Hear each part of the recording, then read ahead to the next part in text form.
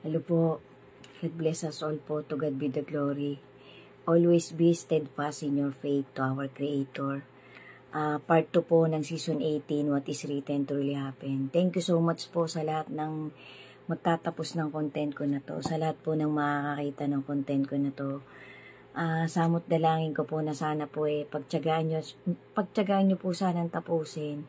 Para po kahit papano maramdaman nyo po na kahit papano may konting life lesson and motivation akong hinahatid sa sino mang nakakakita ng content ko na to. God bless us all po. Sana po talaga bawat isa sa atin ay ligtas at malusog pa rin po ang pangangatawan. May payapang pamumuhay kahit papano at araw-araw nakakaramdam ng pagliligtas at presence ng ating Panginoon. Amen to that, guys. So, ang content ko po na to ay Season 18 na po ng What is Written Truly Happen. Maraming salamat po sa Panginoon kasi po niloloob pa po niyang makagawa ako ng ganitong content kasi hindi naman po talaga natin hawak ang buhay natin, guys. Kahit sino po sa atin, wala pong sigurado. Ang pinakamalapit pong future ng isang tao ay 24 oras lang. Hindi po tayo, kahit sino po, walang nakakasigurado ng 48 hours, 1 week, 1 month, 1 year. Napaka isang puzzle po sa isang tao na makakita talaga siya ng future niya. Kasi sabi nga po, yung pinakamalapit na future ay 24 oras lang. So, magpasalamat po tayo palagi sa Panginoon kasi dumidilat pa po ang ating mga mata. Kahit papano may nakakain pa po tayo sa ating hapagkainan at kahit papano nakikita pa natin kahit video call o boses ang ating mga taong pinapahalagahan. Kahit papano kasama pa natin ang mahal natin sa buhay. Yan po sabi nga po dun sa isang dokumentaryong nakita ko awa na lang ng Panginoon kaya po tayong lahat ay humihinga pa. Dahil meron din po akong napanood na latest na documentary, guys. Balita po to, parang international news po. Siguro naman po napanood nyo rin to na may isa na naman pong bansang gumagawa ng biological weapon.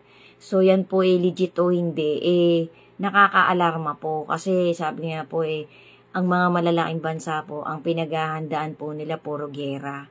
Puro takot po silang sakupin ng bansa nila.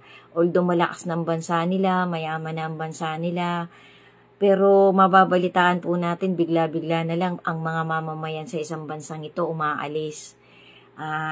Tumataka sa mga borders, sa mga lugar na ilang na kumbaga hindi kailangan ng pasaporte. Pero sa pagtakas po nila, napapatay din sila ng mismong bansa nila. So magtataka po tayo, guys, kasi may mga balitang ganyan na lumalabas. Yan po ay totoo. Kung yan man po ay peking news o hindi yan peke, tayo na po ang bahalang magbigay ng judgment ng ating kung anong motivation natin sa pagtanggap natin sa mga napapanood nating balita. Pero ako po kahit papano, aware po ako sa paligid ko Minsan nga po, kapitbahay ko lang, aware ako, akala nila tatanga-tanga ako, wala akong pakiramdam, hindi ko alam ang mga nangyayari sa paligid. Doon po sila nagkakamali. Lahat po ng tao ngayon alerto na. Ang mga tao po kasi, ito po guys, facts po ito.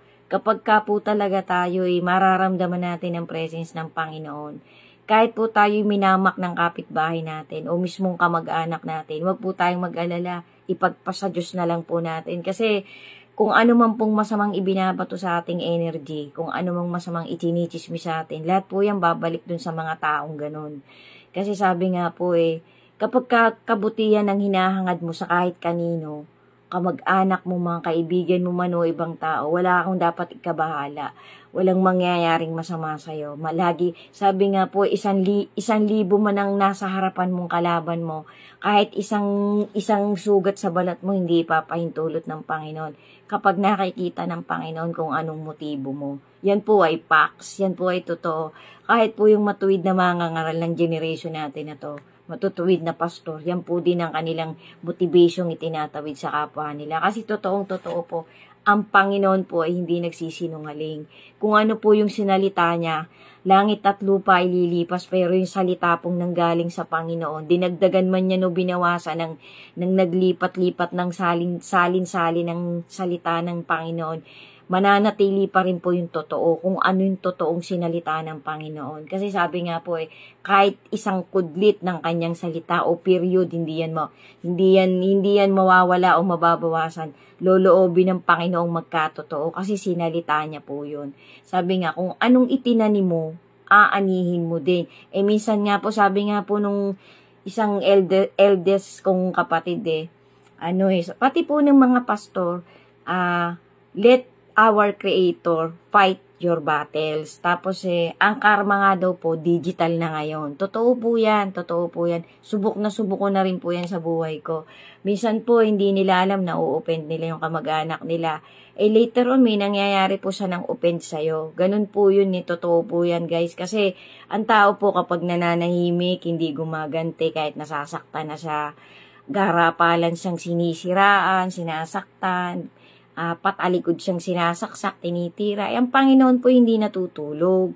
Nakatingin po ang Panginoon. Pati po yung mga malalaking bansa na yan, na kahit papano ang mga taong bayan sa bansa nila kumbaga sa natatakot ng tumira sa bansa nila, kumbaga sa sobra pong paglabag sa human rights ang nangyayari sa iba-ibang bansa.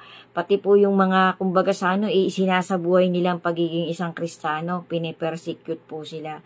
Wag po tayong mabahala, ipanalangin po natin ang kapwa-tao natin. Ang Diyos po ang bahalang makipaglaban sa laban na hindi natin kayang ipanalo. Kasi sabi nga po itong buhay po natin pinangahawakan, guys, ito po ay pansamantala lang. Yung buhay, doon po tayo tumanaw sa buhay na paparating. Kasi lahat po ng ipinaglalaban ng katawiran ng Panginoon, lahat po ng nagpapakumbaba at nagtsatsaga talagang isabuhay kung ano yung motivation, kung ano yung gusto ng Panginoong gawin mo habang buhay ka pa. Hindi ka po pababayaan ng Panginoon.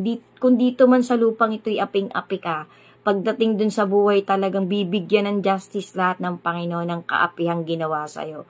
Kasi ako po, sample na lang, buhay na saksi po ako. Ang dami pong umaagrabyado sa akin, dami pong umaapi sa akin, dami pong, minsan nga po, sarili mo pang kamag-anak kaso po talagang paulit-ulit mo pa rin pagbibigyan at patatawarin Kasi ang tao po kasi kapag gumanti ka, kapag naghiganti ka, panalangin mo na lang sa Panginoon, iiyak mo na lang sa Panginoon kasi ang Diyos po, hindi po yan natutulog. Hindi po yan nagpapahinga. Lagi po yung nakamasid sa lahat ng taong naglilingkod sa Kanya. Yung nakikita niyang motibo ng buhay. Kasi sabi nga po ang lahat ng masasamang tao, pinalalayo po tayo ng Panginoon sa mga ganyan. Yung parang walang ginawa kundi manakit ng kapwa nila. Yung parang piling ipapapil pa sa'yo na ikaw ang may kasalanan.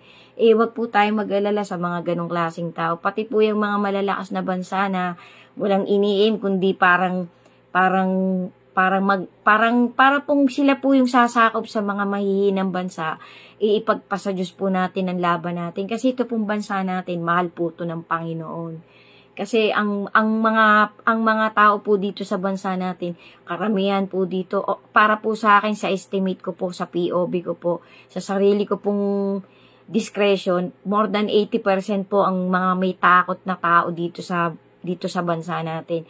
Kaya ito pong bansang ito, pinagmamalasakit po ito ng Panginoon. Yan po ay totoo. Kahit po mga mangangaral ng huling generation natin, binabanggit ang bansang ito. Pati po sa ibang bansa, kasi nga po, ang mga Pilipino po kahit papano, mayroon Diyos na kinikilala, yung totoong Diyos talaga. Kasi ang Diyos po kasi justice Lagi po yan nagpapakita ng equity na talagang hindi po bias ang ating Panginoon. Siya po ay tapat, siya po ay totoo. Nandun po siya palagi kung ano yung tama at mabuti. Hindi, kahit kailan po hindi papanalig ang Panginoon sa baluktot. Yan po ang ating tatandaan. Sundan nyo pa po, guys. Maraming salamat po sa lahat ng nakakakita ng content ko. Maraming salamat po. Umaasa po ako na kahit papano nakakapagtawid po ako sa inyo ng magpapabuka pa ng puso nating lahat para lalo tayong magmahal at magtiwala sa salita ng ating Panginoon. Kasi hindi na po talaga magtatagal, guys. Ang Panginoon po ay kumbaga sa tao pigil na pigil na sa ibubuhos na talagang, sabi nga po wrath of God. Sundan nyo pa po, guys, may karugtong pa po. To God be the glory po. God bless us all po. And always be steadfast in your faith to our Creator. Amen. God bless us all po at mag-ingat po tayo lagi.